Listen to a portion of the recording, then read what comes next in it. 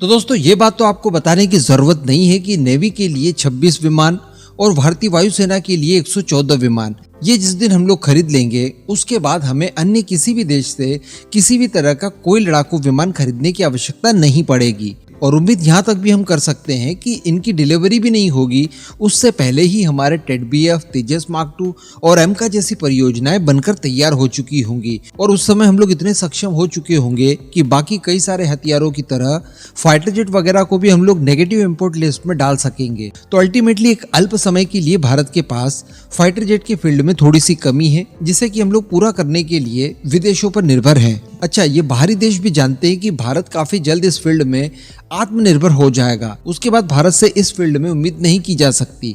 इसी वजह से देखा गया है कि MRFA को लेकर यूरोफाइटर टाइफून वाले यूरोपियन देश हो, F-15EX वाला अमेरिका हो या फिर रफाल वाला फ्रांस हो, ये सब के सब देश भारत के पीछे घूम रहे हैं और भारत की सभी मांगे मानने के लिए तैयार दिखाई दे रहे हैं। अब दोस्तों इस समय डिफेंस सर्कल में एक नया डिस्कशन शुरू हुआ है और ये सीधे सीधे जुड़ा हुआ है टेड-BF की ही वायुसेना वाली परियोजना ओरका के संबंध में। जी हाँ, देखिए ओरका को अगर आपको एकदम शॉर्ट में समझना है तो आप उसे रफाल से कंपेयर कर सकते हैं। रफाल जिस तरह के रोल्स प्ले करता है एग्जैक्टली उसी तरह के रोल प्ले करने में ओरका सक्षम होगा।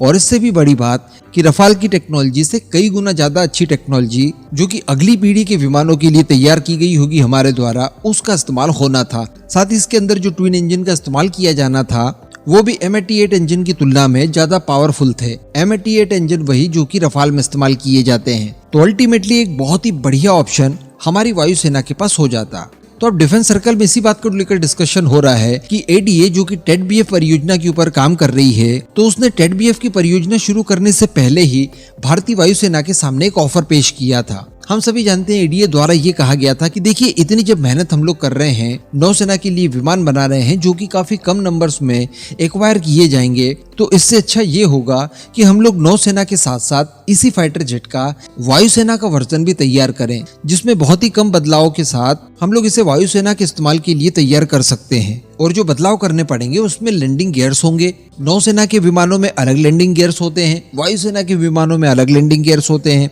और इसके साथ साथ ऐड करना पड़ता है एक हार्डन रियर फ्यूजलेज। इसके साथ हमारा टेड-BF पूरी तरह से तैयार हो जाता ओरका में। और जहां पर टेड-BF 26 टन कैटेगरी का विमान है तो वहीं पर ओरका 23.5 टन कैटेगरी का एक अच्छा खासा विमान हो सकता था जो कि रफाल की तुलना में कई ज्यादा पावरफुल होता और कई ज्यादा एडवांस होता। लेकिन दोस्तों उस समय भारतीय वायुसेना ने इनकार कर दिया और इस प्रोजेक्ट के ऊपर बिल्कुल भी उन्होंने इंटरेस्ट दिखाया ही नहीं। शायद हो सकता है कि उस समय ADA और HAL की क्षमताओं के ऊपर भारतीय वायुसेना को इतना विश्वास न रहा हो। जैसा कि हम लोगों ने इसी का एक सिमिलर केस देखा था तेजस मार्क 1A को लेकर। जब तेजस मार्क 1A की बात की गई थी उस समय वायुसेना इनकार कर गई थी और कह रही थी कि सीधे हम लोग तेजस मार्क 2 परियोजना की ओर बढ़ते हैं। उनका कहना भी गलत नहीं था, लेकिन तेजस मार्क 1A मनोहर पर्रिकर जी के प्रयासों की बात भारतीय वायुसेना 83 की संख्या में खरीदती है और देखिए आज उनकी डिलीवरी से पहले इतनी ज्यादा संतुष्ट हो जाती है कि 100 की संख्या में फिर से ऑर्डर करने जा रही है। तो इसी तरह की चीजें अगर उस समय भी भारतीय वायुसेना के सामने रखी जाती और भारतीय वायुसेना को मनाने की शायद कोशिश की जाती और भारतीय वायुसेना भी अपने इंडिजिनस वेपन्स के अंदर विश्वास दिखाने की कोशिश करती तो डेफिनेटली MRFA प्रोग्राम में $20 बिलियन खर्च करने के बजाय हम लोग उतना ही पैसा खर्च करके एक अच्छी खासी क्वांटिटी में ओरका का एक बेड़ा तैयार कर सकते थे जो कि रफाल जितना ही पावरफुल होता उससे ज्यादा होता और चाइना के अगेंस्ट ये उतना ही महत्वपूर्ण रोल प्ले करता। इवन अगर ओरका की बात की जाए तो कुछ समय पहले ही खबरें निकल कर आई थी कि हमारा जो टेड-BF होगा उसे 4.5 प्लस कैटेगरी का कहना सही नहीं होगा। 5th जनरेशन का तो खैर वो है ही नहीं, लेकिन इसके लिए 5th माइनस कैटेगरी बनाई गई है स्पेशली। उस कैटेगरी का ये फाइटर जेट होने जा रहा है जो कि बहुत ही थोड़े बदलावों के साथ अल्टीमेटली फुल्ली स्टेल्थ भी हो सकता है, केवल इंटरनल वेपन बे और साथ ही स्टेल्थ कोटिंग के साथ ये पूरी तरह से स्टेल्थ एयरक्राफ्ट की तरह काम कर सकता है। लेकिन उस समय भारतीय वायुसेना ने इनकार कर दिया। तो अब डिफेंस एक्सपर्ट्स का यही मानना है कि अगर उस समय हाँ कर दिया होता तो $20 बिलियन में जो हम लोग 114 विमान खरीदेंगे वो एक काफी कंफर्टेबल पोजीशन में हमें ले आता इतना बजट कि हम लोग ओरका को बड़ी मात्रा में एक्वायर कर सकते थे। और यह बहस अचानक शुरू इसलिए भी हो रही है क्योंकि कुछ ही समय पहले खबरें निकल कर आई थी कि 2026 से 28 के बीच में टेड-बीएफ का पहला प्रोटोटाइप बनकर तैयार हो जाएगा। और बात अगर एमआरएफए प्रोग्राम की जाए तो देखिए अभी तक हम लोग लेटर फॉर रिक्वेस्ट तक ही अड़े हुए हैं। इससे आगे ये परियोजना बढ़ ही नहीं रही है। लगभग 2.5 साल तो मुझे खुद को आपको खबरें देते हो गया। उस समय भी मैं MMRC 2.0 डील के बारे में आपको खबरें दिया करता था। तो कहने का मतलब अगर आज से 2-3 साल पहले ही एमआरएफए प्रोग्राम को कंडक्ट कर लिया होता तब शायद आज ये डिस्कशन नहीं होता। लेकिन अब जब हम लोगों ने इतना लेट कर ही दिया तो फिर क्यों हम लोग वो डील कर रहे हैं? क्यों नहीं हम लोगों ने ओरका के लिए पहले ही हामी ना भर दी? क्योंकि आर्ग्यूमेंट्स में यहाँ पर ये बातें भी रखी जा रही है कि भारतीय वायुसेना उस समय अपनी रिक्वायरमेंट को इंस्टेंट फुलफिल करना चाहती थी। इसी वजह से उन्होंने ये कहा कि देखिए बने बनाए विमान हम लोग दूसरे देश से एक्वायर कर लेते हैं 114 की संख्या में।